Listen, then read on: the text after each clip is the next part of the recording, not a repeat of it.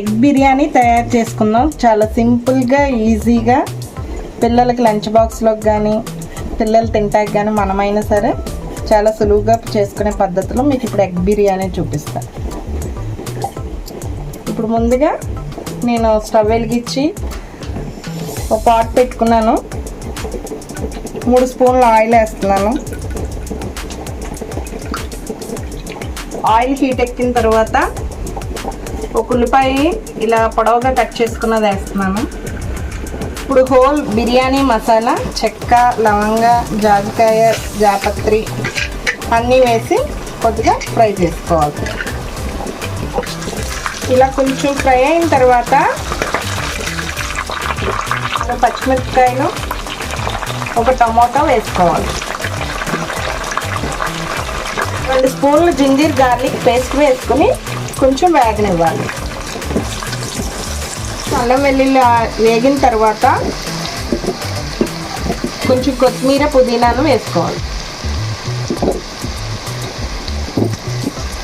ఒక 1/2 teaspoon garam masala powder వేసుకోవాలి. ఇప్పుడు స్పూన్ సాల్ట్ వేస్తున్నాను. 2 స్పూన్ల పెరుగు వేసుకోవాలి.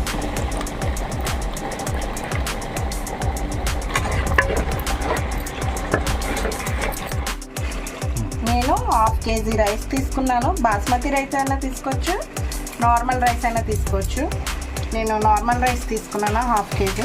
ఇప్పుడు రైస్ ముందుగానే కడిగి నానబెట్టుకున్న రైస్ని వేసి 1 నిమిషం పాటు కలుపుకోవాలి. 1/2 కేజీ రైస్కి తగినంత వాటర్ పోస్తున్నాను ఈ చెంబుతో.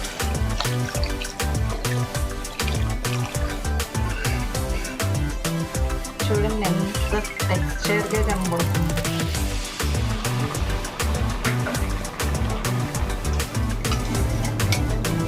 ఫైనల్గా కొంచెం కొత్తిమీర, పుదీనా వేసుకోవాలి.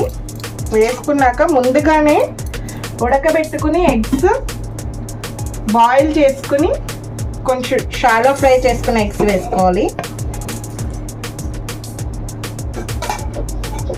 తర్వాత లైట్గా కొద్దిగా ఫ్రైడ్ ఆనియన్స్. అంతే, ఎంతో టేస్టీగా ఉండే ఎగ్ బిర్యానీ రెడీ. చాలా సింపుల్ వేలో.